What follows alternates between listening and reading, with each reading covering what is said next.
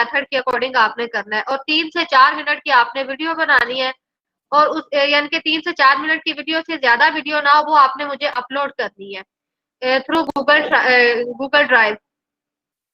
उसे आपने सेव करना है अपने बना के, पहले उसे सेव करना है, फिर जीमेल में जाना है और गूगल ड्राइव के थ्रू आपने मुझे उसे सेंड करना है, ठीक है। आगे है टीचिंग प्रैक्टिस, ये वो दूसरी चीजें हैं।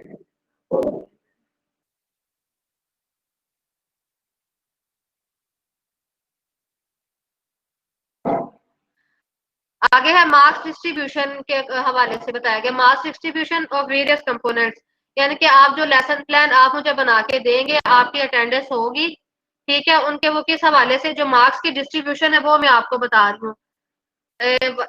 अटेंडेंस के मार्क्स होंगे अटेंडेंस प्लस पार्टिसिपेशन, अटेंडेंस भी देंगे और पार्टिसिपेशन भी, उसके भी 5 मार्क्स होंगे, टोटल इसके 15 मार्क्स हैं। 5 मार्क्स लेसन प्लानिंग के होंगे, और जो फिर उसके बाद फर्दर 5 मार्क्स हैं वो है lesson presentation by each trainee, ठीक है, और 5 मार्क्स उसके लेसन प्रेजेंटेशन के होंगे। आगे है टीचिंग प्रैक्टिस 40 लेसन प्लान, यानी कि 25 लेसन प्लान होंगे, certificate on completion on teaching practice in school. आगे फिर फाइनल लेसन प्लस वाइवा, ये 60 मार्क्स का होगा। फाइनल जो लेसन 1 है वो 30 का, और फिर फाइनल लेसन जो 2 है वो भी 30 का, टोटल ये आपके इंक्लूडेड 100 मार्क्स हो जाएंगे। अब जो मेन कंपोनेंट्स है, अब जो हमारा मेन टॉपिक है उस पे हम आ रहे हैं। हाँ बेटे 6 डेज ही है लेसन प्लान के, आज सिर्फ आपको गाइडलाइन दी जाएगी, ठीक है, कि लेसन प्लान कैसे बनाना है, किस तरह से बनाया जाता है, क्या क्या उसके अंदर यूज होता है, कौन से मेथड यूज किए जाते हैं, किस टेक्निक्स के अकॉर्डिंग उन्हें बनाया जाता है, वो शेयर करूंगी। आज के दिन सिर्फ आपसे ये शेयर किया जाएगा, फर्दर जो 5 डेज है आपने खुद प्रेजेंटेशन बनानी है और वो मुझे सेंड करनी है।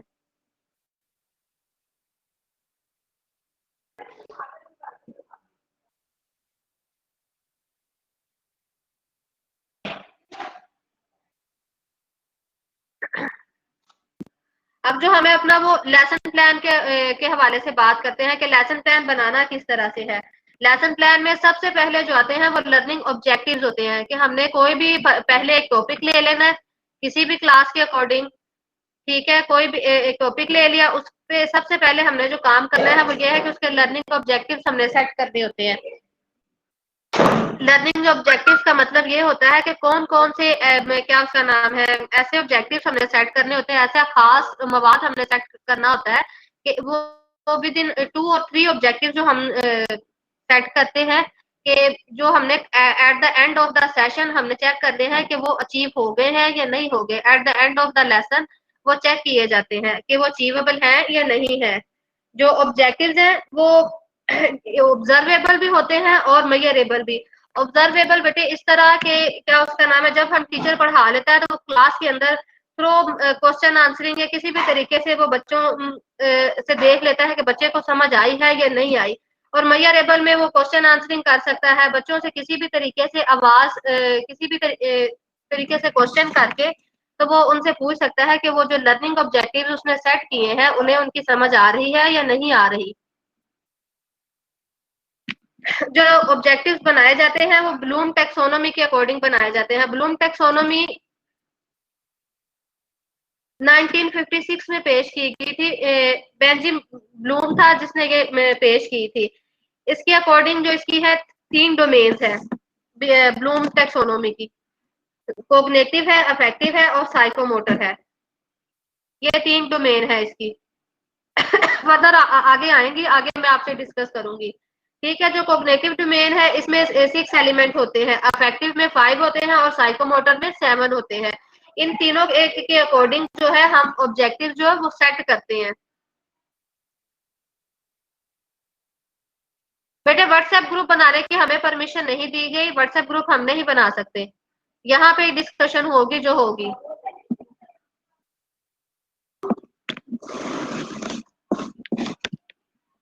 और एक ऑब्जेक्टिव होते हैं स्मार्ट ऑब्जेक्टिव। स्मार्ट ऑब्जेक्टिव्स होते हैं, S4 होता है स्पेसिफिक, M फॉर मेजरेबल और A फॉर अचीवेबल और R फॉर रियलिस्टिक और T फॉर टाइम बाउंडेड। यानी कि जो स्मार्ट ऑब्जेक्टिव्स होते हैं वो स्पेसिफिक होने चाहिए।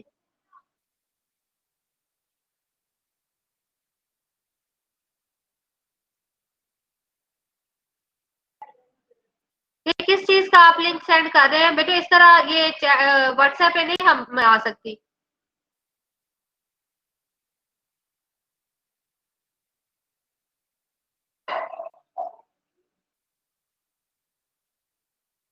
बच्चे आपके नेट में इशू होगा, इस वजह से आपको आवाज नहीं आ रही, बाकी स्टूडेंट्स को आ रही है।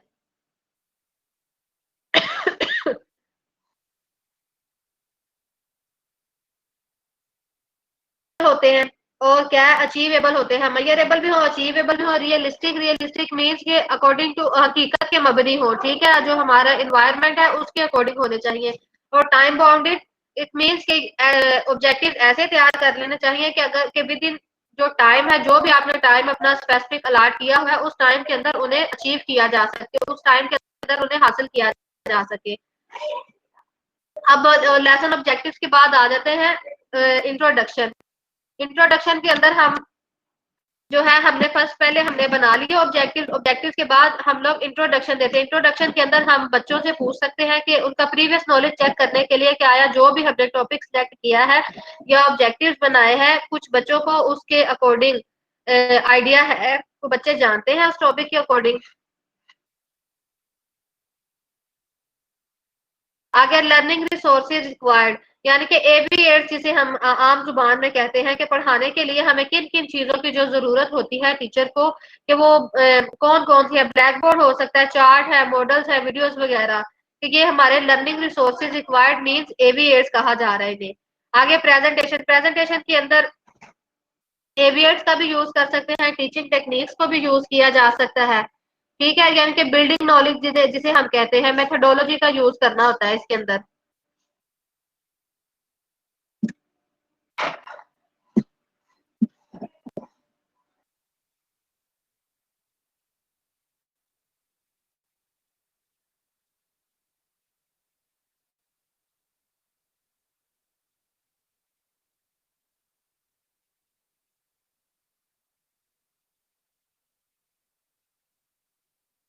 के अंदर हमने जो चीजें डिस्कस करनी होती है, मेथोडोलॉजी होती है, टेक्निक्स होती है, कोई भी स्किल बच्चे की चेक करने के लिए टीचर वर्कशीट बनवा सकता है, और भी मेथड यूज करके बच्चों से भी क्या उसका नाम है, उनकी लर्निंग को जो है वो असेस कर सकता है। टीचिंग मेथड के अंदर, मेथोडोलॉजी के अंदर टीचर डिफरेंट तरह की अकॉर्डिंग टू टॉपिक वो चूज कर सकता है कि उसे कौन सी टेक्निक यूज करनी है पढ़ाने के लिए, कौन सी नहीं करनी। वो लेक्चर मेथड भी यूज कर सकते हैं, इंक्वायरी मेथड भी होता है, डेमोन्स्ट्रेशन मेथड भी होता है। वो अकॉर्डिंग टू टॉपिक जो है वो टीचर सिलेक्ट करता है अकॉर्डिंग टू एज और अकॉर्डिंग टू द लेवल। आगे है रिकैप्चुलेशन। रिकैप्चुलेशन मतलब कि खुलासा किसी चीज का। यहाँ पे लास्ट में टीचर, जिसे हम असेसमेंट भी कह सकते हैं, लास्ट में टीचर पढ़ाने लेसन अपना डिलीवर करने के बाद स्टूडेंट को असेस करता है, वो किसी भी तरीके से स्टूडेंट को असेस कर सकता है।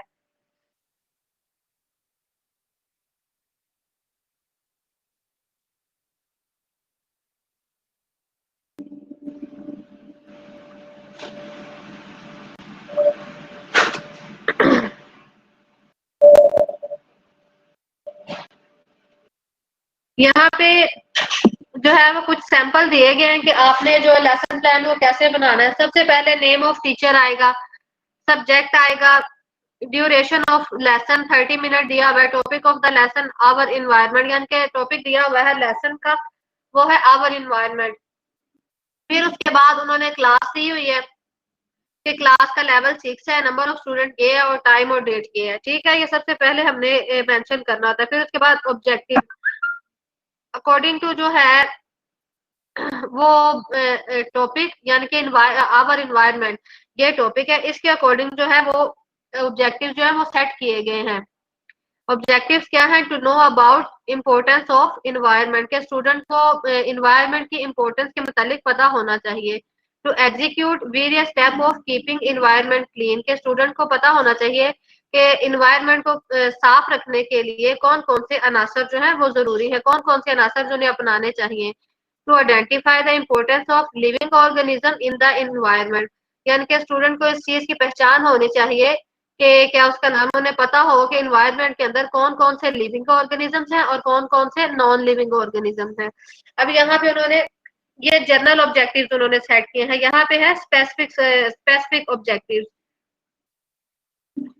यानी कि जिन्हें हम स्मार्ट ऑब्जेक्टिव्स भी कह सकते हैं, स्पेसिफिक यानी कि उन्होंने बनाए हैं to identify the term environment, के जो इन्वायरमेंट की टर्म है वो किस लिए यूज की जाती है।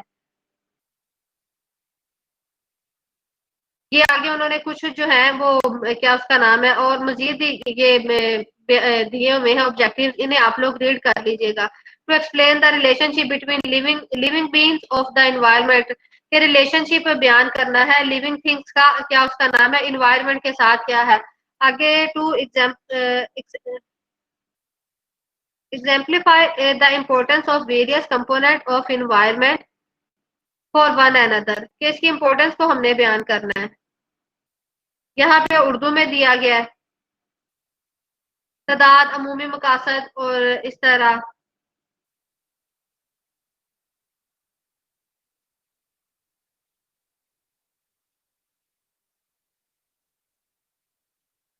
फिर उसके बाद है कंपोनेंट ऑफ टीचिंग मेथड, यानी कि ये सारा कुछ करने के बाद फिर उसके बाद टीचिंग मेथड हमने सेलेक्ट करना है कि टीचिंग मेथड कौन सा यूज के किया जाए। फिर एवीएट्स, फिर प्रीवियस नॉलेज, वो टेस्ट के through, announcement of the topic, ये मैंने सारे आपसे पहले डिस्कस कर दिए हुए हैं।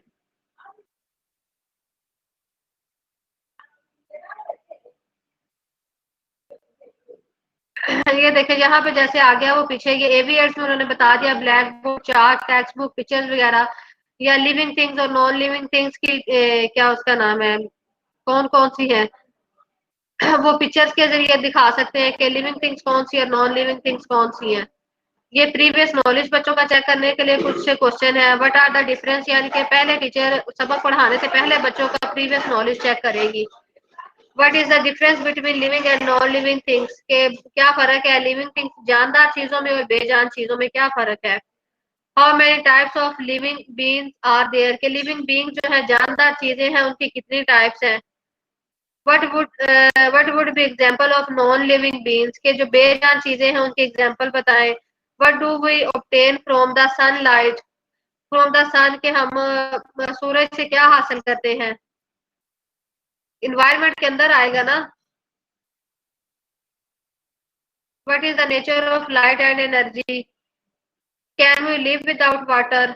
ये सारे क्वेश्चन उन्होंने प्रीवियस नॉलेज के अंदर उन्होंने दिए हुए हैं। ये सारे क्वेश्चन टीचर करने के बाद फिर उसके बाद है अनाउंसिंग द टॉपिक, यानी कि फिर ये क्वेश्चन करके फिर टीचर अपना जो है वो टॉपिक अनाउंस करेगा। Today we are going to learn about our environment, यानी कि जो क्वेश्चन प्रीवियस नॉलेज उनका चेक करने के बाद थोड़ा सा स्टूडेंट्स को भी आइडिया हो जाएगा कि हम किस टॉपिक के बारे में पढ़ने जा रहे हैं, और बाद में जो टीचर है वो भी उन्हें अपना जो टॉपिक है वो क्लियर कर देगा। ये आगे सारा जैसे इंग्लिश में था वैसे ही उर्दू में दिया गया है। फिर उसके बाद presentation, general method of teaching, course book example, यहाँ पे वो टीचिंग मेथड अपना यूज करेगा। ये आगे उन्होंने इसे एक्सप्लेन किया हुआ है आवर एनवायरनमेंट को, ये अपना उर्दू में है। आगे ये सुमेटिव एवेल्युएशन, ये जो सुमेटिव एवेल्युएशन होते हैं ये रिकैपिटुलाइजेशन होती है, रिकैप्सुलेशन एवेल्युएशन, ये यहाँ पे से इन्होंने सुमेटिव एवेल्यूएट भी कहा गया कि क्या उसका सुमेटिव एवेल्यूमेंट at the end of the course जो है वो की जाती है। चार तरह की ये होती है असेसमेंट जो है, फोर टाइप्स होती है इसकी। प्लेसमेंट होती है, डायग्नोस्टिक होती है, फॉर्मेटिव और सुमेटिव। ठीक है, summative at the end of the course की जाती है, तो यानी कि सारा सबक पढ़ा लेने के बाद टीचर जो है eight the end of the session करता है। टीचर ने अपना लेसन पढ़ा लिया और eight the end of the lesson teacher किसी भी तरह से बच्चों से क्वेश्चन आंसरिंग करके ग्रुप में बना के और किसी तरीके से बच्चों से पूछ सकता है कि उन्हें जो भी वो टीचर ने ऑब्जेक्टिव्स बनाए थे उन्हें उनकी कुछ समझ आई है या नहीं आई। और लास्ट में जो टीचर है वो होमवर्क देती है, स्टूडेंट को होमवर्क दिया जाता है कि आपने इसकी प्रैक्टिस करके आनी है।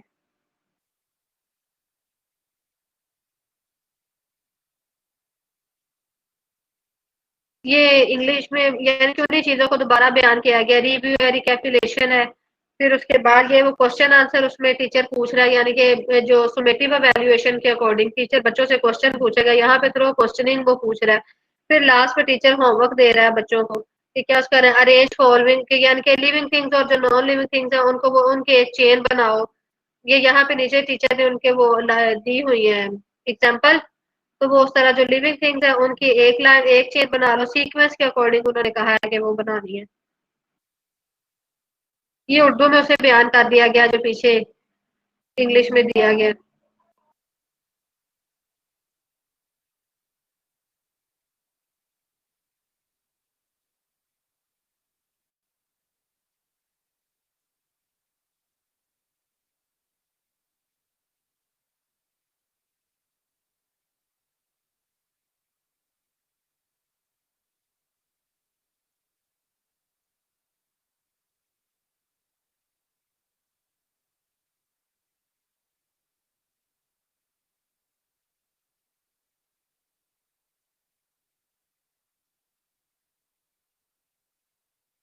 बच्चों का सेट करना है, ठीक है। प्रीवियस नॉलेज हमने बच्चों का चेक करना है, टॉपिक और क्लास सिलेक्ट करने के बाद फिर हमने प्रीवियस नॉलेज स्टूडेंट्स का चेक करना है। आगे formulate objective and learning outcome, ये ऊपर वाले दो काम करने के बाद फिर हमने जो लर्निंग ऑब्जेक्टिव्स है वो हमने अपने, या लर्निंग आउटकम्स वो हमने अपने सेट करने हैं। फिर उसके बाद है अप्रोप्रिएट ऑपरेट कोर्स और करिकुलम, फिर हमने उसके बाद जो अपना है कंटेंट है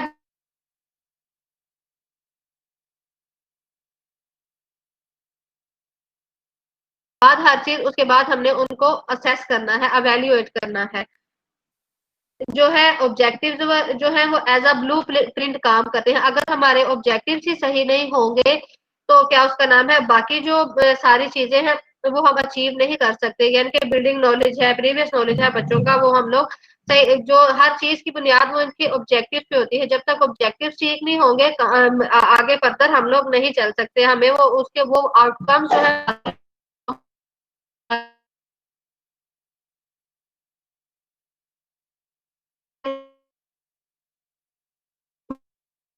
आगे पीछे नहीं कर सकते।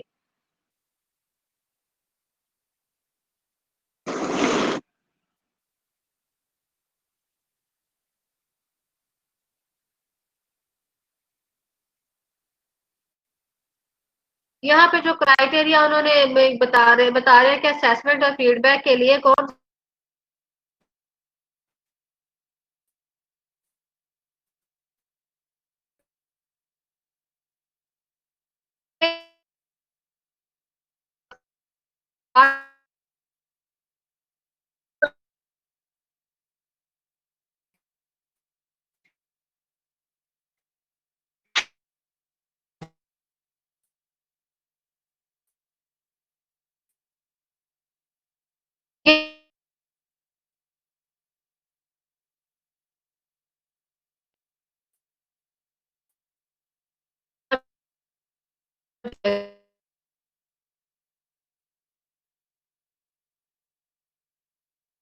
ऑब्जेक्टिव है, इनके अकॉर्डिंग जो है वो ऑब्जेक्टिव जो है वो सेट किए जाते हैं। हाउ टू राइट ऑब्जेक्टिव्स के ऑब्जेक्टिव्स हम कैसे ये, यानी कि जो स्मार्ट ऑब्जेक्टिव्स जो मैंने आपको बताए थे कि स्मार्ट ऑब्जेक्टिव्स भी होते हैं। SMART, S for specific, M for measurable, A for achievable, R for realistic और टी फॉर टाइम बाउंडेड। यानी कि जो हम ऑब्जेक्टिव सिलेक्ट कर रहे हैं वो स्पेसिफिक होने चाहिए, अकॉर्डिंग टू द टॉपिक होने चाहिए। फिर उसके बाद वो मेजरेबल होने चाहिए कि जिन्हें हम मेजर कर सके, हमें पता चल सके कि हमने इन्हें हासिल किस तरह से करना है। फिर अचीवेबल होने चाहिए कि हम पढ़ाने के बाद स्टूडेंट से अगर क्वेश्चन आंसरिंग करें या किसी कोई भी टेक्निक यूज करके हम बच्चों से पूछे तो हमें पता हो कि वो बच्चों के समझ में आगे है कि नहीं आगे। रियलिस्टिक, हकीकत पे मबनी होने चाहिए। ये नहीं है कि टॉपिक कुछ और है और क्या उसका नाम है, आप ऑब्जेक्टिव कुछ और सेट कर रहे हैं। और टाइम बाउंडेड, यानी कि जो आपने टाइम अपना सेट किया है उसी टाइम के अंदर उन्हें अचीव कर लेना चाहिए। आगे है 5 एलिमेंट्स राइटिंग बिहेवियरल ऑब्जेक्टिव्स, यानी कि ऑब्जेक्टिव्स को हम बनाते हुए ये उन्होंने कुछ 5 एलिमेंट्स उन्होंने दिए जिनका ख्याल रखना जरूरी है। सबसे पहले उन्होंने टाइम दिया, eight the end of the chapter, eight the end of the segment. आगे है who, all student struggling, student 80% ये बिहेवियर। और ये चीजें इसके अंदर इन्होंने डिस्कस की हैं, ये आप लोग पढ़ लें एक दफा।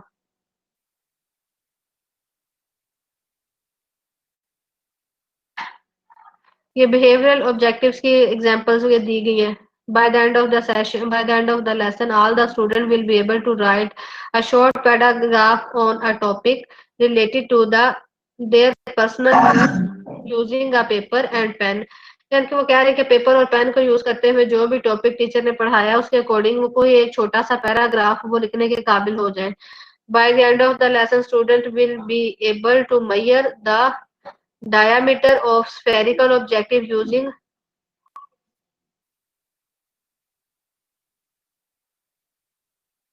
आवाज नहीं आ रही है आपको मेरी क्या?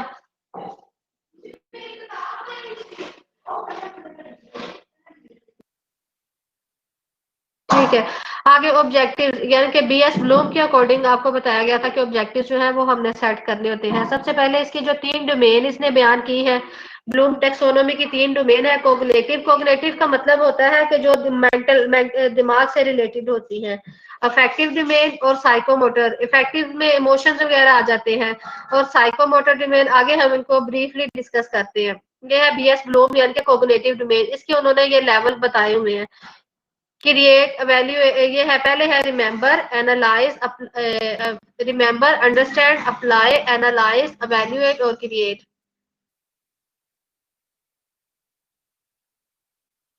ये इसका फर्स्ट लेवल है।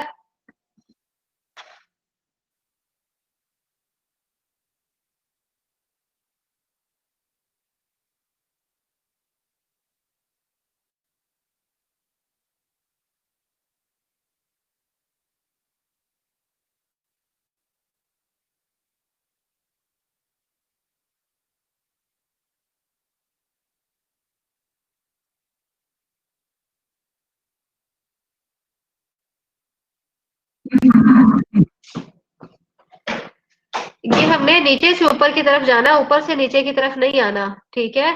सबसे पहले रिमेंबर यानी कि recall facts about the basic concept, यानी कि बच्चे को क्या उसका नाम है, इसमें वो कह रहा है कि सबसे पहले जो स्टूडेंट है वो अपने माइंड में रिकॉल करेगा। जो कोग्निटिव डोमेन है मैंने आपको बताया है कि ये माइंड से रिलेटेड होती है। फिर उसके बाद कोई भी वो चीज जो अपने कोई भी टॉपिक वो जो बच्चा अपने माइंड में लेके आएगा उसके बाद वो उसे अंडरस्टैंड करेगा। ठीक है। उसे डिस्कस करेगा, आइडेंटिफाई करेगा, रिकॉग्नाइज करने की कोशिश करेगा, सिलेक्ट और ट्रांसलेट, कि वो अपने दिमाग में सोचने की उसे कोशिश, फिर उसके बाद वो उसे अप्लाई करेगा। मसलन कोई भी हम कह सकते हैं कि बच्चा किसी भी चीज से इंस्पायर हो जाता है। ठीक है। सबसे पहले वो उसे माइंड माइंड में लेके आता है, फिर वो उसे समझने की कोशिश कर, फिर वो उसे अप्लाई करने की कोशिश करता है। अप्लाई के यानी कि वो यूज करता है उस इंफॉर्मेशन को। ठीक है। इन अ न्यू सिचुएशन किसी भी तरीके के साथ। फिर एनालाइज, फिर वो उसका जायजा लेता है। ड्रा कनेक्शन उमंग आइडियाज, यानी कि जो भी उसने अपने दिमाग के अंदर आइडिया सिलेक्ट किए किए होते हैं, बनाए होते हैं, फिर उन्हें वो ऑर्गेनाइज करता है, मुआजना करता है, कंपेयर करता है उनका। फिर उसके बाद उन्हें अवेल्युएट करने की कोशिश करता है, अवेल्युएट करता है। लास्ट पे वो उन्हें यानी कि डिसीजन मेकिंग यानी कि वो जजमेंट अपनी जो है वो जज कर लेता है कि मैं इस तरह करूंगा। और एंड पे है क्रिएट। क्रिएट यानी कि ये ऊपर है कि यानी कि इसके अंदर वो जो बच्चा है वो खुद से कोई ना कोई स्किल जो है वो अपने अंदर डेवलप कर लेता है। ये जो है कॉग्निटिव डोमेन के पार्ट है। ये ब्लूम टेक्सोनोमिक यानी कि वहां पे वो उस तरह उन्होंने बयान किया है। जो मेन है वो ये है, knowledge, comprehension, application, analysis, synthesis और एवेल्युएशन। यहाँ पे नीचे से ऊपर जा रहा है। पीछे वाले जो रेस्ट ऑफ पीछे वाली जो स्लाइड थी उसमें जो है वो नीचे से हम लोग ऊपर जा रहे थे।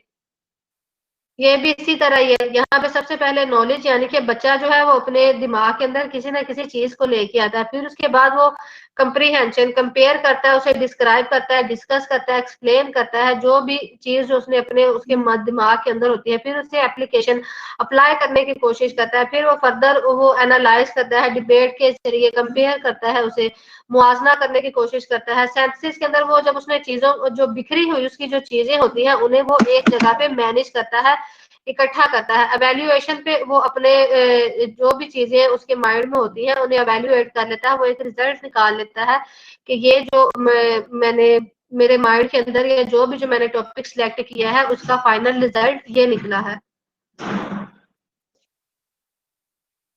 उसके बाद अफेक्टिव डोमेन।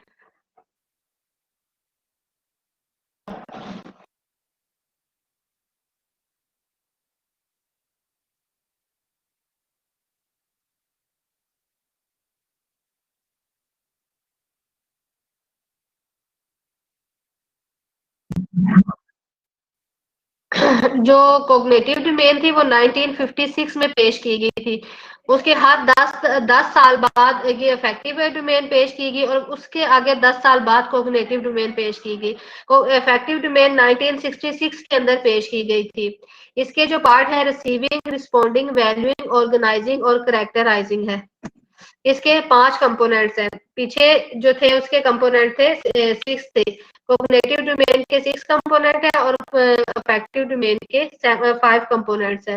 रिसीविंग, सबसे पहले बच्चा जो है वो रिसीव करता है, यानी कि जैसे कि वो नॉलेज में हमने पीछे डिस्कस किया था कि बच्चा कोई ना कोई चीज अपने माइंड के अंदर लेके आता है, तो रिसीविंग भी इसी तरह के बच्चा कोई ना कोई चीज जो है वो अपने माइंड के अंदर रिकॉल करता है, उसे बार बार याद, कोई भी चीज उसके जो माइंड में आ जाती है वो उसे बार बार याद करने की कोशिश करता है। आगे रिस्पॉन्डिंग, जब वो एक चीज को अपने दिमाग के अंदर वो रिकॉल करता है, फिर उसके बाद वो उसे रिस्पॉन्ड करने की कोशिश करता है। Active attention by student which further reinforces learning. Reinforce होता है कि किसी चीज, बच्चे को किसी भी रीइंफोर्स करना, कि कोई भी क्या उसका रीइंफोर्स मतलब कि बच्चे को कोई ना कोई आप यानी कि शाबाश दे रहे हो, ये किस तरह, इस तरह के जो आप चीज यूज टेक्निक यूज करोगे वो रीइंफोर्समेंट के अंदर आएगी, कि बच्चे को पुश करना कि आप ये वाली चीज सीखो या ये वाला काम करो, उसकी हौसला अफजाई करना। आगे है valuing, the student attach the value knowledge gain by the piece of information और अ फिनोमेना, यानी कि फिर उसके बाद वो जो उसके पास जो इंफॉर्मेशन होती है वो उसे इकट्ठी करने की जो कोशिश करता है, ठीक है, थ्रू डिफरेंट टेक्निक्स के जरिए। ऑर्गेनाइज, जो पुट और पार्ट टुगेदर होते हैं उसके बाद ऑर्गेनाइज उन्हें करता है, जो भी उसके पास मटेरियल टुकड़ों में होता है, थोड़ा थोड़ा उसने जमा किया होता है, वो उसे ऑर्गेनाइज करता है, कंपेयर करता है, रिलेट करता है, फिर करेक्टराइज, और एंड पे वो जो उसके बाद उसे अपने जो अपनी बिहेवियर के अंदर या अपनी शख्सियत के अंदर वो उसे डेवलप करने की कोशिश करता है। इट मीन्स अगर बच्चा किसी टीचर से इंस्पायर हो रहा है तो वो उसे देखेगा, फिर वो उसकी तरह एक्शन करने की कोशिश करेगा। इस तरह जो बच्चा है वो लास्ट पे आके उन चीजों को इकट्ठा करेगा और एंड पे वो अपने अंदर वो अपने अंदर वो उसे उस चीज को डिवेल्प कर लेगा करेक्टराइजिंग में। उसके बाद जो लास्ट है, क्या उसका नाम है, डोमेन है, वो अफेक्टिव डोमेन, ये 1972 के अंदर पेश की गई थी।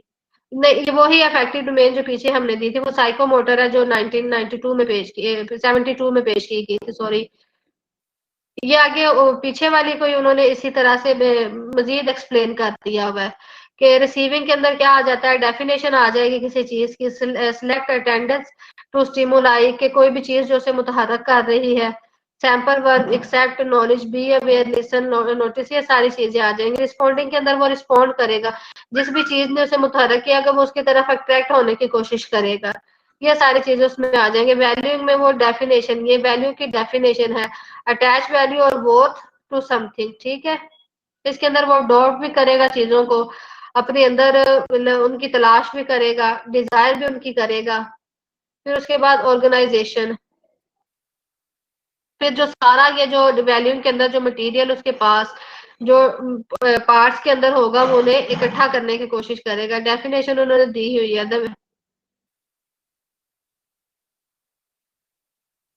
फिर आगे inter inter relation, inter inter internalising दिया हुआ है।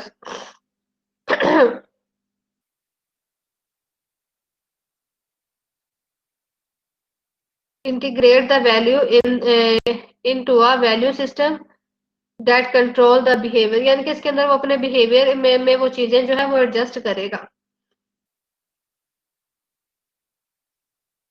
आगे ब्लूम टेक्सोनोमी, यानी इसमें जो तीसरी डोमेन है वो साइकोमोटर डोमेन है। ये 1972 के अंदर पेश की गई थी। इसके आगे ये पार्ट दिए हुए हैं, reception, set, guided mechanism, complete over response, adaptation और ऑर्गेनाइजेशन, इसमें 7 होते हैं।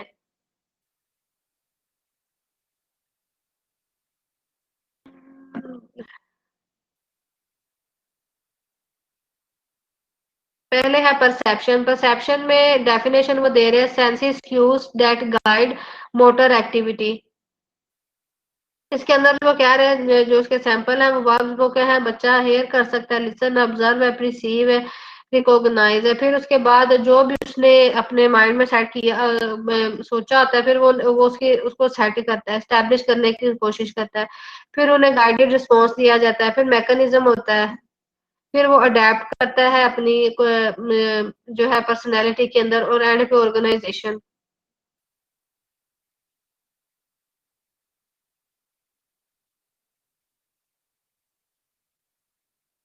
आगे टीचिंग मेथड को एक्सप्लेन किया गया है।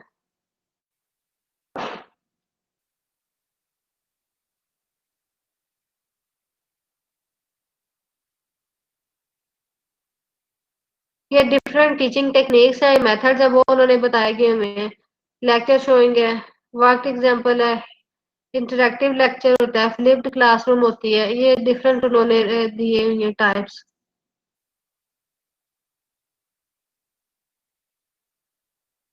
कि यहाँ पे वो क्राइटेरिया दे रहे हैं कि टीचिंग मेथड को सिलेक्ट करने के लिए कौन कौन सा होना चाहिए। Nature of the topic to be taught, intended specific purpose, level, class size. ये हमने सारी चीजें पीछे जो है वो डिस्कस कर ली हैं। ये टीचिंग मेथड को उन्होंने पढ़ाने के लिए कौन कौन से ऑब्जेक्टिव जो वो सेट होने चाहिए, वो यहाँ पे दे रहे कि जो ऑब्जेक्टिव्स है वो शुड बी क्लियर होने चाहिए। ठीक है, कि इबहम नहीं होना चाहिए ऑब्जेक्टिव्स के अंदर। हमारे ऑब्जेक्टिव्स क्लियर होंगे तो हम जो हमारी जो एवेल्युएशन है वो ठीक होगी। अगर ऑब्जेक्टिव्स ही नहीं ठीक होंगे तो हम लर्निंग आउटकम्स हासिल करना चाह रहे हैं वो हमें हासिल नहीं होंगे।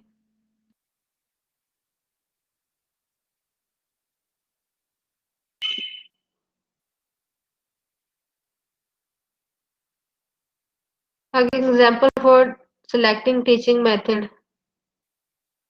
ये उनके ऑब्जेक्टिव और ये टीएल मेथड दिए हुए हैं। प्रेजेंटेशन के जरिए दे सकते हैं, ओपीएच।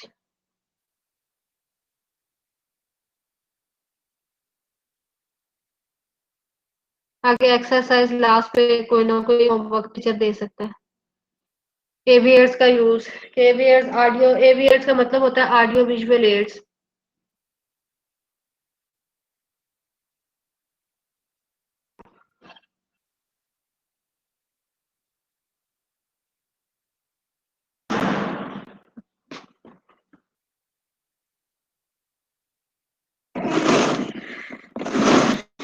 बच्चों आपको कोई इशू है तो आप लोग मुझे बता दो, कोई चीज नहीं समझ में आ रही तो वो आप लोग काइंडली मुझे बता दें।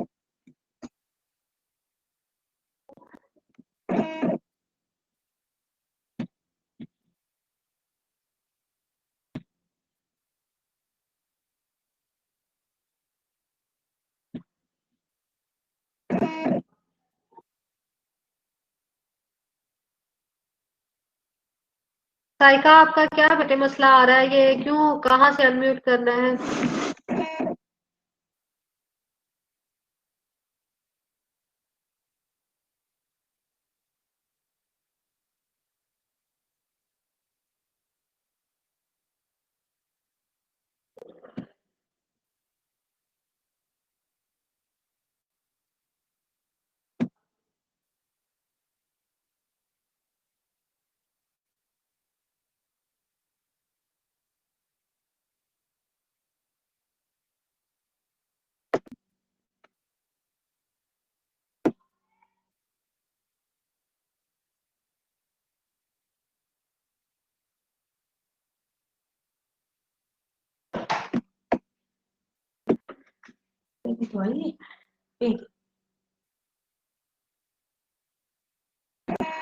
आप लोग कोई रिस्पॉन्स नहीं कर रहे हो, क्या है, मुझे कुछ समझ नहीं आ रही है आपकी।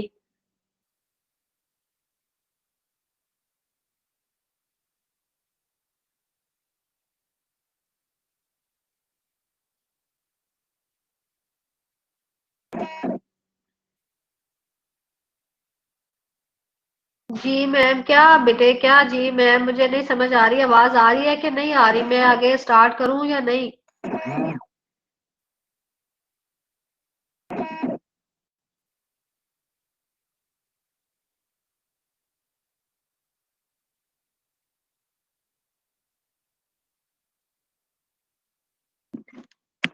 आगे है एवी एड्स। एवी एड्स मतलब audio visual aids. Audio aids के अंदर वो चीजें आ सकती हैं जिन्हें हम सुन सकते हैं, जो कान के जरिए जो भी हमें सुनाई दे वो ऑडियो एड्स है। और विजुअल का मतलब होता है वो चीजें जो हम देख सकते हैं। ऑडियो एड में वो क्या कह रहे हैं, कैसेट आ सकती है, रिकॉर्ड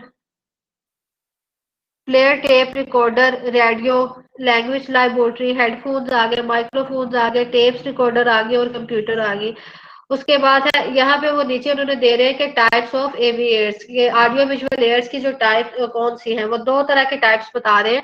प्रोजेक्ट विजुअल एयर्स होते हैं और नॉन प्रोजेक्ट विजुअल एयर्स, यानी कि प्रोजेक्ट विजुअल एयर्स जिन्हें हम देख भी सकते हैं, ठीक है, उसमें आते जो हमें नजर आ जाए, वो प्रोजेक्ट विजुअल एड। विजुअल का मतलब होता ही देखना है, ठीक है, जो नजर आ सके। यानी कि ओवरहेड प्रोजेक्टर है, स्लाइड्स आ गया, फिल्म स्ट्रिप्स आ गया, ये ट्रांसपेरेंसीज आ गई। आगे दूसरी जो इसकी टाइप है वो है नॉन प्रोजेक्टिव विजुअल एड्स, कि वो ऐसी चीजें जिन्हें हम देख जो है वो नहीं सकते।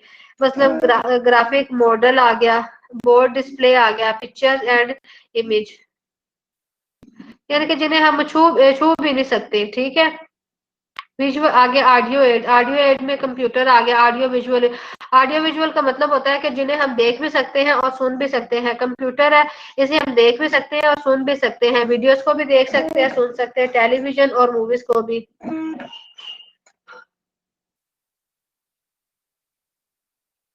लेसन प्लान आपने बनाना है, कोई भी टॉपिक लेके उसके अकॉर्डिंग आपने मुझे वीडियो बना के सेंड करनी है।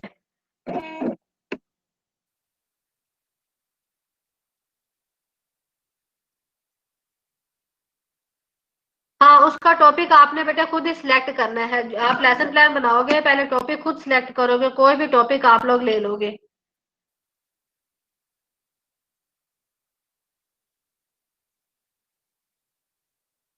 आपने अपने जीमेल में जाके वहां पे गूगल ड्राइव से आपने मुझे सेंड करनी है, यहाँ पे नहीं होगी सेंड।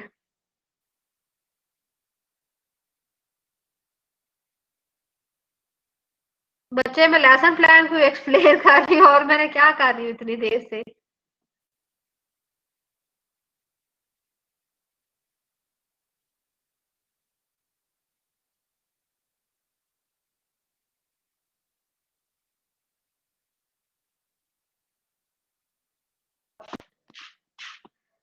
आप इसकी पिक्चर ले लो, अगर नहीं रिकॉर्ड हो रहा तो आप इसकी पिक्चर ले लो, मोबाइल तो है सबके पास, स्क्रीनशॉट ले लो।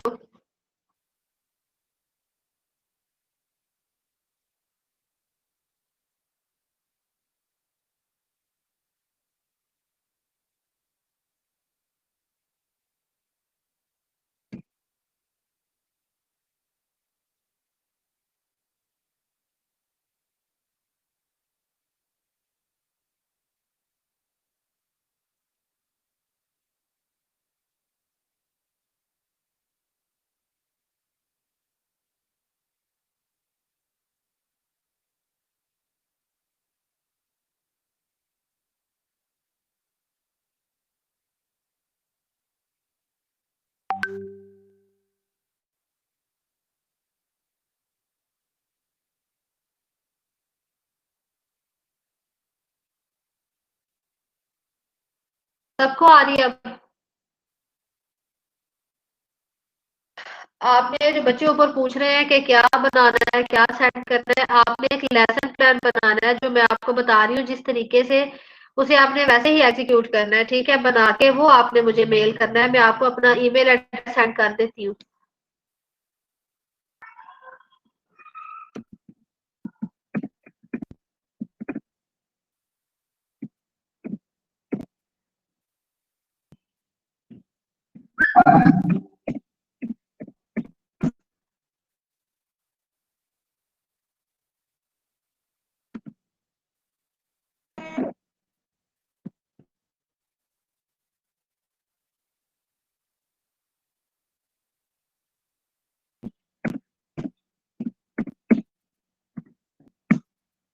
ये मेरा ईमेल एड्रेस है, इस पे आप लोग अपने जो है बना के वो सेंड कर दें।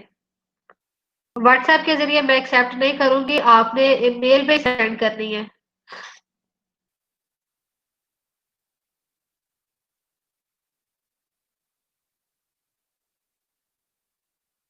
जो मैंने आपको स्टेप बताए हैं उसके अकॉर्डिंग आपने लेसन प्लान ड्रा करना है।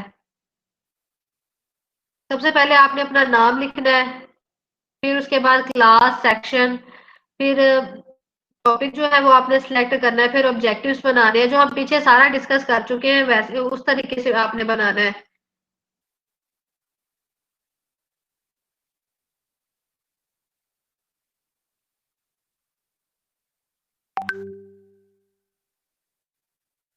किसी भी क्लास के अकॉर्डिंग आप लोग कोई भी टॉपिक लो, उसके अकॉर्डिंग उसके ऑब्जेक्टिव सेट करो, फिर एविएट्स करो, प्रीवियस बिल्डिंग नॉलेज में जाओ, फिर कोई मेथोडोलॉजी यूज करो, और लास्ट पे आप लोग उसकी असेसमेंट करो, और फिर देन होमवर्क दो। ये 5-6 इसके की पॉइंट है जो आपने उसके डिस्कस करने हैं।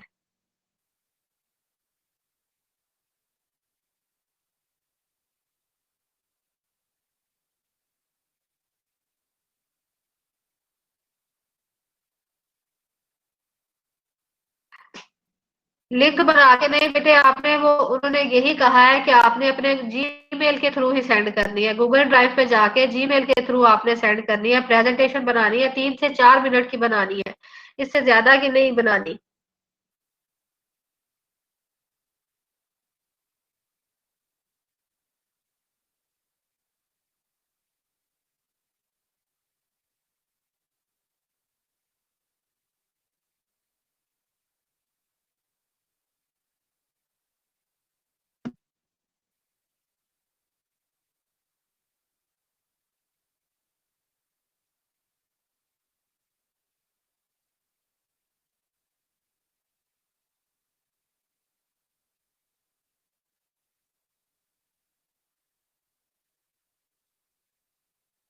सबसे पहले आपने अपना ना टॉपिक सिलेक्ट करना है, कोई भी किसी भी क्लास के अकॉर्डिंग, ठीक है? कोई भी क्लास ले लो, 6 ले लो, 5 ले लो, 7 ले लो, वो आपकी मर्जी है। आपने सबसे पहले क्लास सिलेक्ट करनी, फिर उसके बाद आपने अपना टॉपिक सिलेक्ट करना है, किसी भी बुक, कोई भी बुक का ले लो, आप अपना टॉपिक जो है वो सिलेक्ट करो। उसके बाद आपने अपने ऑब्जेक्टिव्स बनाने हैं, ठीक है? जो भी आप टॉपिक सिलेक्ट करोगे उसके अकॉर्डिंग आपने 2 से 3, 3 बना लो, 4 बना लो, आपने अपने ऑब्जेक्टिव जो है वो सेट करने हैं, ठीक है? कि जिनको आप अचीव कर सको। फिर उसके बाद आपने जो है एविएट्स का इंतज़ाम करना है, कि यानी कि कौन-कौन सी चीज़ें हैं जो हम पढ़ाने के दौरान जो है वो टीचर यूज़ करेगा, ठीक है? रेलेवेंट मटीरियल जो चीज़ें वो।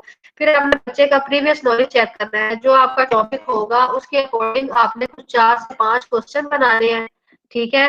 कि क्वेश्चन आपने लिखने हैं कि जो भी आपका टॉपिक होगा उसके अकॉर्डिंग के बच्चों का प्रीवियस नॉलेज आपने चेक करना है। ठीक है? प्रीवियस नॉलेज चेक करने के बाद आपने बिल्डिंग नॉलेज में जाना है। बिल्डिंग नॉलेज यानी कि मेथोडोलॉजी आ जाएगी इसके अंदर, कि कौन-सा मेथड हमने इस टॉपिक को पढ़ाने के लिए सिलेक्ट करना है, ठीक है? फिर उसके बाद असेसमेंट आएगी। असेसमेंट के अंदर भी आप क्वेश्चन करोगे, जो आपने पढ़ाया होगा, जो आपके ऑब्जेक्टिव्स होंगे, उसके अकॉर्डिंग आपने कुछ क्वेश्चन बनाने हैं, ठीक है? क्वेश्चन बनाओगे, फिर देन फर्दर एंड पे आपने बच्चों को होमवर्क दे देना है। ये 5 से 6 पॉइंट है, इनको मद्देनजर रखते हुए आपने अपना जो है वो लेसन प्लान है वो ड्रा करना है।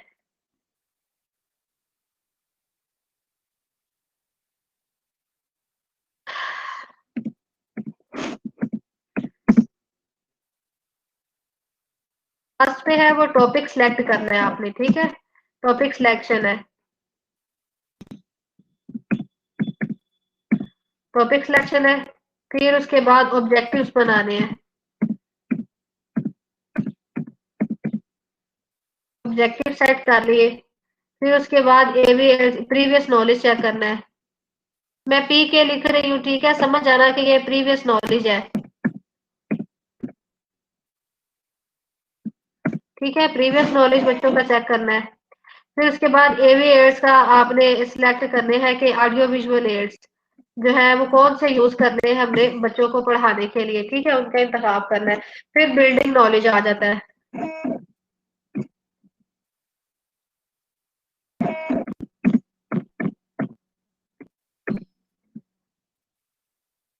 बिल्डिंग नॉलेज के अंदर दो तीन चीजें, मेथोडोलॉजी और टेक्निक्स हमने यूज करनी होती है, ठीक है? ये आपकी मर्जी है, आप क्लास 3 का बनाओ, क्लास 4 का बनाओ, क्लास 5 का बनाओ, जो सी मर्जी आप क्लास सेलेक्ट करके कोई सी भी एक बुक आपने ले लेनी है, उसके उस बुक में से कोई सा भी एक टॉपिक लेके वो आप लोग बना सकते हो। ये कल से आपका स्टार्ट हो जाना है कि कल से आपने प्रेजेंटेशन जो है वो बना के तो वो सेंड करनी है हर बच्चे ने। 3 से 4 मिनट की प्रेजेंटेशन होगी, आपने उसे रिकॉर्ड करना है, पहले बनाना है, फिर उसे आपने रिकॉर्ड करना है, और फिर उसके बाद आपने अपने जीमेल में जाना है, वहां पे गूगल ड्राइव की ऑप्शन होगी, गूगल ड्राइव से आपने अपनी जो है उसे मुझे सेंड करना है।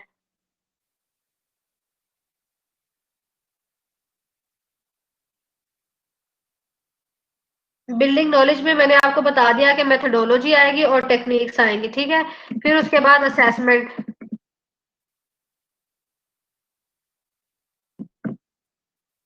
असेसमेंट आ जाती है, और लास्ट पे आ जाता है होमवर्क। ये 5 से 6 पॉइंट की पॉइंट है, इनके अकॉर्डिंग आपने जो है वो अपना लेसन प्लान बनाना है, ठीक है। अब रिटर्न में मैंने बता दिया कि कौन कौन सी चीजें हैं, ठीक है।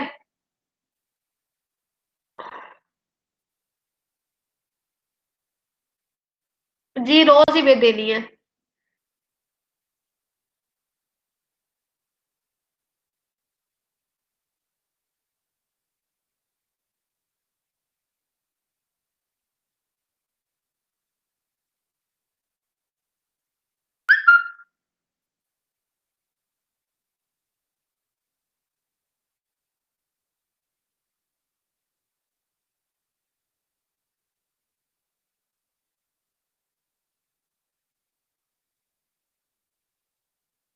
कल बेटे आपने सेंड करनी है।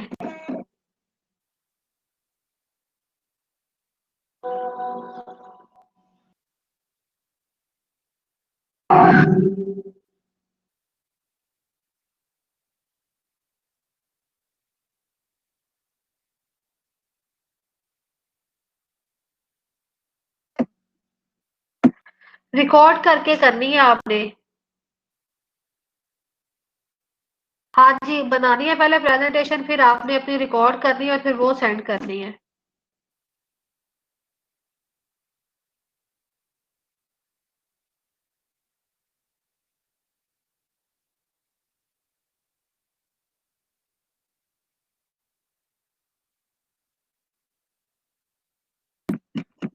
और कोई बात, और कोई क्वेश्चन पूछना है?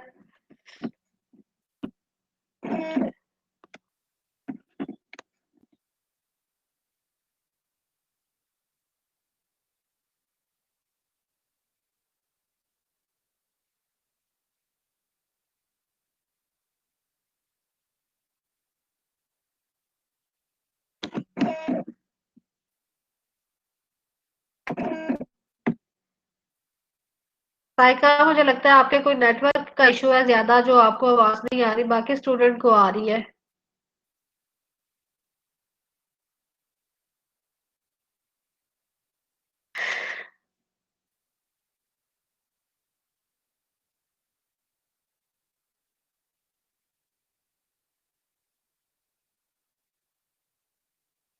मुझे आपको पता नहीं मेरी आवाज क्यों नहीं आ रही, बाकी स्टूडेंट को आ रही है। एक तो स्टूडेंट का है कोई इशू हो रहा है, नेटवर्क का मुझे मसला लग रहा है आपके।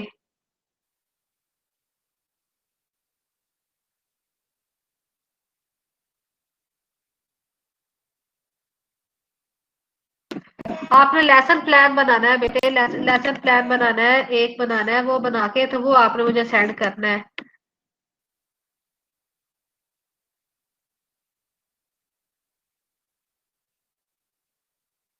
हाँ, आप ऑडियो में सेंड कर दो।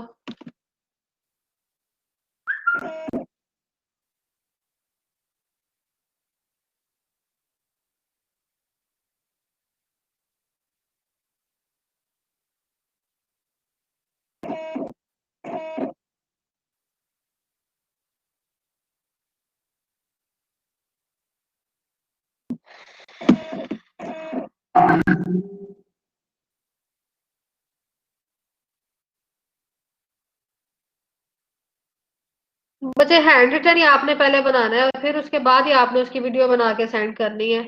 टाइप कर सकते हो तो टाइप कर लो, जो आपको इजी मेथड लगता है।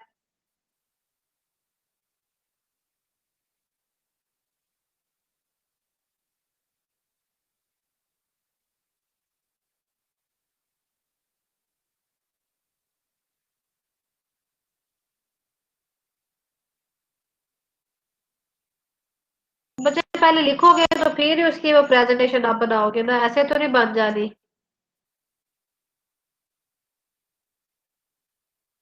मैंने अपना ईमेल आईडी शेयर कर दिया हुआ है।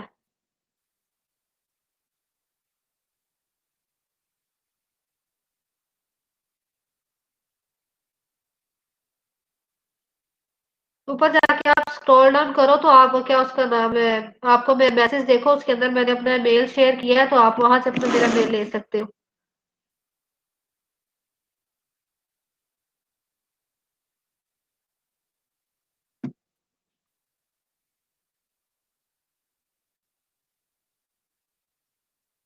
आगे अब हम अपने जो रेस्ट ऑफ द स्लाइड्स रह गए उन्हें हम थोड़ा सा डिस्कस कर लेते हैं। Classroom assessment techniques.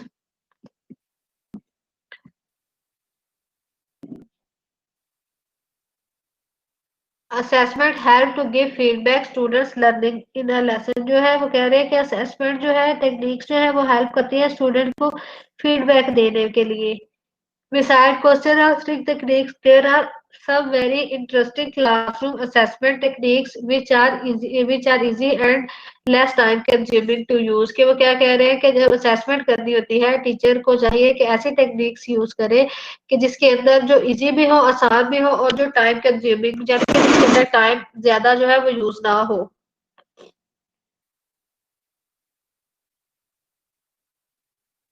क्या आपको एक दफा रिपीट कर दूं? ये वो मोहम्मद मुबीन जो है कि क्या आप रिपीट करना है?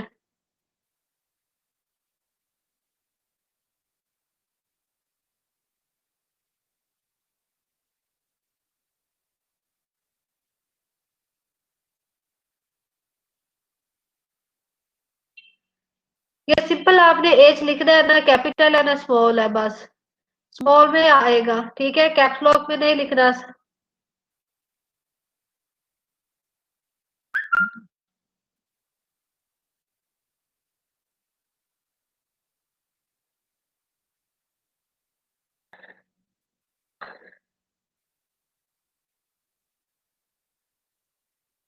तो 5-10 मिनट तो बेटे हम खुद लेट थे, अब स्टार्ट में हमने लेसन 10 को ही हमने डिस्कस किया है। आपने अब कोई टॉपिक बताओ ना, कहाँ से आपको नहीं समझ आई वो मैं आपके साथ डिस्कस करूं।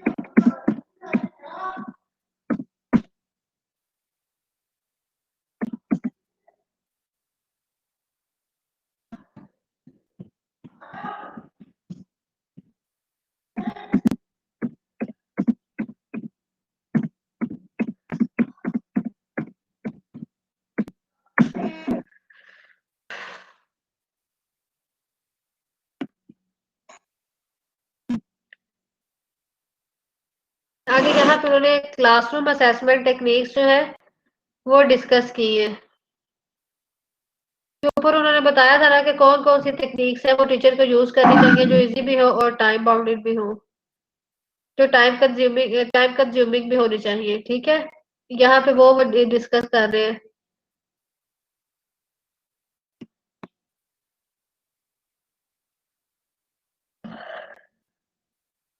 और फर्दर एंड पे अगर कोई क्वेश्चन है आपका तो वो आप मुझे बता दो, जो थोड़ा सा टाइम रह गया वो हम डिस्कस कर लेते हैं।